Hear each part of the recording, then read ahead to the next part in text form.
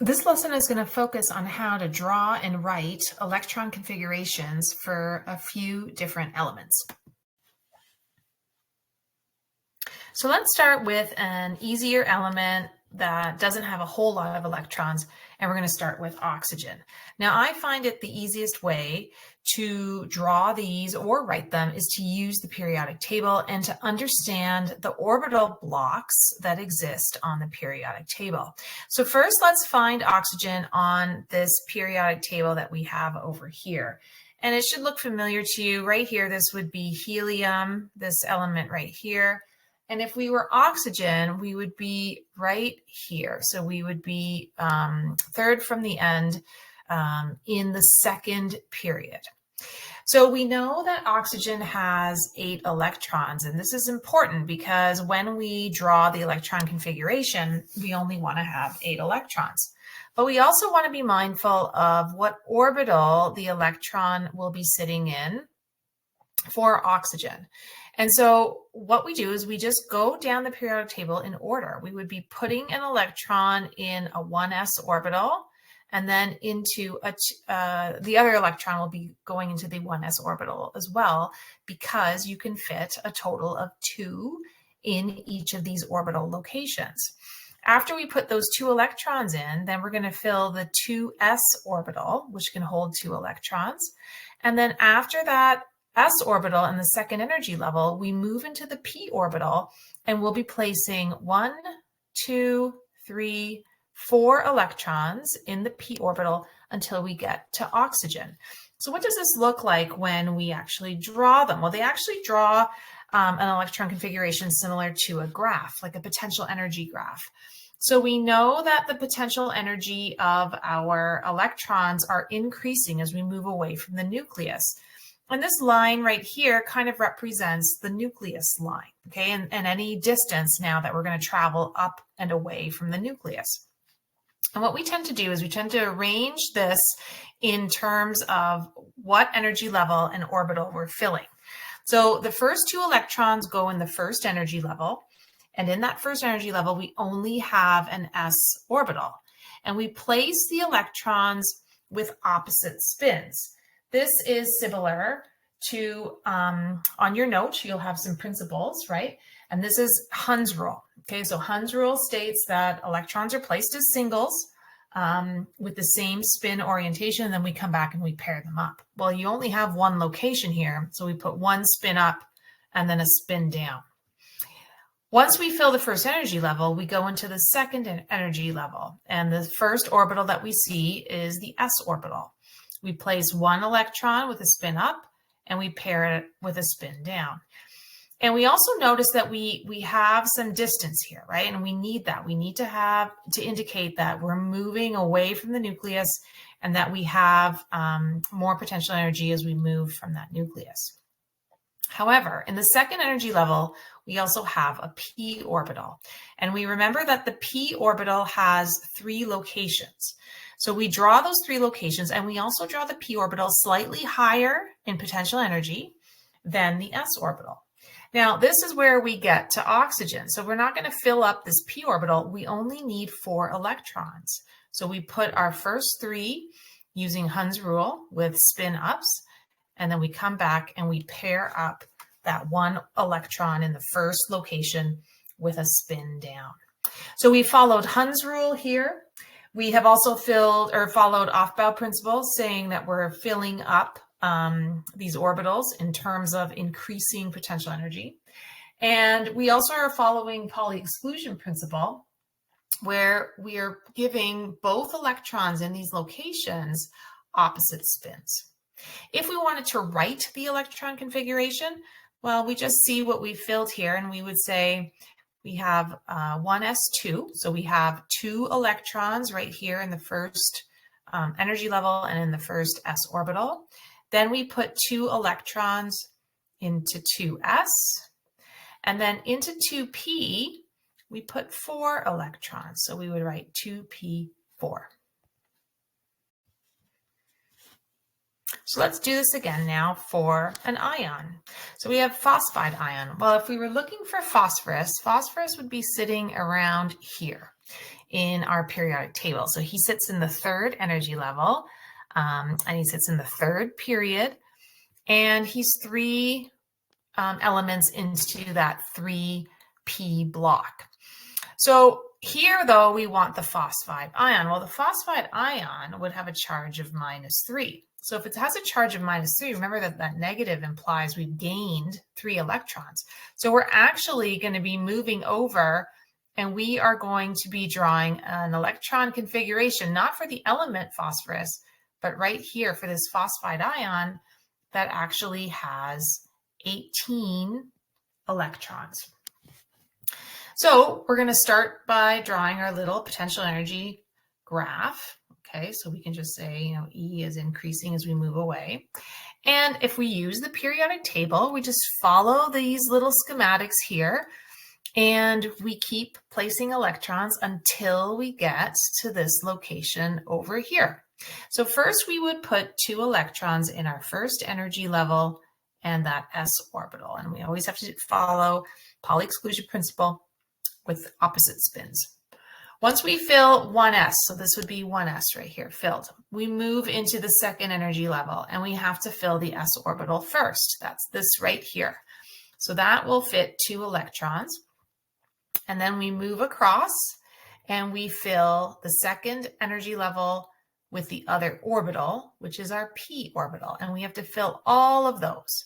So in the p orbital, there are 3 locations, and we always show it a little bit higher in energy than the s.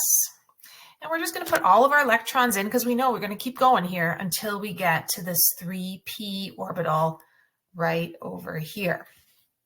So after 2p, then we fill the third energy level and the s orbital. So remember, we have to put that s orbital in the s column. The third energy level is higher in potential energy than the previous energy levels and orbitals. And then we move over to this 3p orbital. And this 3p orbital will still have 3 locations. It's higher in energy. And now we slow down, and we know we need 18 electrons. We also know that we're going right to the end here. So we'd be putting 1, 2, 3 electrons with spin ups, and we would be coming back and pairing them up with a spin down. Now, if I count all of these little half arrows, I should have 18. 2, 4, 6, 8, 10, 12, 14, 16, 18 electrons. So this is the electron configuration for the phosphide ion. If we were going to write this out, we would say, if we wanted the phosphide ion, we would have 1s2, 2s2, 2p6, 3s2, and 3p6. Okay, so everybody is filled. Now, there's another question here. It says, what elements are isoelectronic with the phosphide ion? Isoelectronic is a term that means that they have the same electron configuration. So who else would have the same electron configuration as the phosphide ion? Well, you have to be aware of this. The phosphide ion has 18 electrons. Who else on the periodic table has 18 electrons, either naturally occurring or by forming an ion? And so this spot right here, where we were just looking at, that spot technically belongs to argon. So argon would be an element that also has 18 electrons and would be isoelectronic. The element just before, is the chloride ion. Now, not chlorine. Chlorine has 17 electrons, but the chloride ion with a -1 charge would have 18. The element just before chloride, which is sulfur. Sulfur does not have 18 electrons, but the sulfide ion of -2 does. And then you can come down here, right, beyond 18 electrons, and you can look at the potassium ion. Now, potassium has 19, but if he has a +1 charge, he's lost an electron to go to 18. Calcium is the same idea. With a +2 charge, that means he has 18 electrons as well. Okay, let's do a bit more. We're going to practice drawing for palladium. So first thing you want to do is find palladium on the periodic table. He is number 46. And when we look at the periodic table, he is sitting right here in group, what's he in? Group 10, period 5.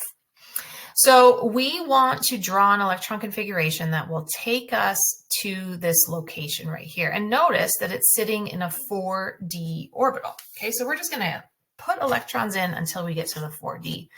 We're going to notice some overlap here. But again, if you're using the periodic table and you're filling according to the blocks, you usually will never make a mistake. So we're going to go along and we're going to fill in order as we see it down the periodic table. And hopefully we will get how many electrons? 46 electrons is what we need in our diagram when we're all done. So first we put electrons in the 1s orbital. Then we move into 2s orbital and we put our 2 electrons there. We move over to the 2p orbital and we put our 6 electrons there. So right now I have filled 1s, 2s, and 2p. I'm now ready to go into that third energy level. So we're going to do 3s and put our 2 electrons in, 3p, and put our 6 electrons in. Now, after the p orbital in the third energy level, you should have a D, right? Because you should have 3 orbitals. But this is the first time that we have overlap happening. And so if you look at the periodic table, you'll see that we need to actually fill 4s before we fill 3D. So there's my 4s. Here's my 3D now. And so we put the 3D in its own little column. And we have to have 5 locations for that 3D orbital. And we fill it because we're not done. We are not going to stop until we get to the 4D orbital. After 3D, we fill 4P. So we come back over here. I'm going to run out of room here, but that's okay. So 4P. Can't really see my arrows. Then we fill 5S right here. So I have 5S and we fill that. And now we get to our 4D section. So we slow right down and I'm going to put, so make sure that your D, actually, I guess I'll erase this. Let me erase that. And then I'm going to put my 4D where it belongs, which is right above the 3D, but making sure that it's higher in energy than the 5S. Now, how many electrons do I need? I need 1, 2, 3, 4, 5, 6, 7 electrons. So we follow Hund's rule and we put singles in, 5 singles across, 6 and 7. And if I count all those up, I should have 46 electrons. Now, why don't we practice here doing the condensed electron configuration. So if I wanted to do the condensed electron configuration for palladium, we usually put a semicolon here. And then for the condensed, I would state the noble gas previous to palladium. So if palladium's right here, I go backwards and whatever element this is right here. So 1, 2, 3, 4 elements down is krypton. And we put krypton symbol in square brackets. And then after that, we fill whatever is in that period. So I filled 5s2 and then 4d7. So that's a way of coming up with the condensed electron configuration. So take the last 2 elements that are there and give them a try on your own. And just let me know if you have any questions.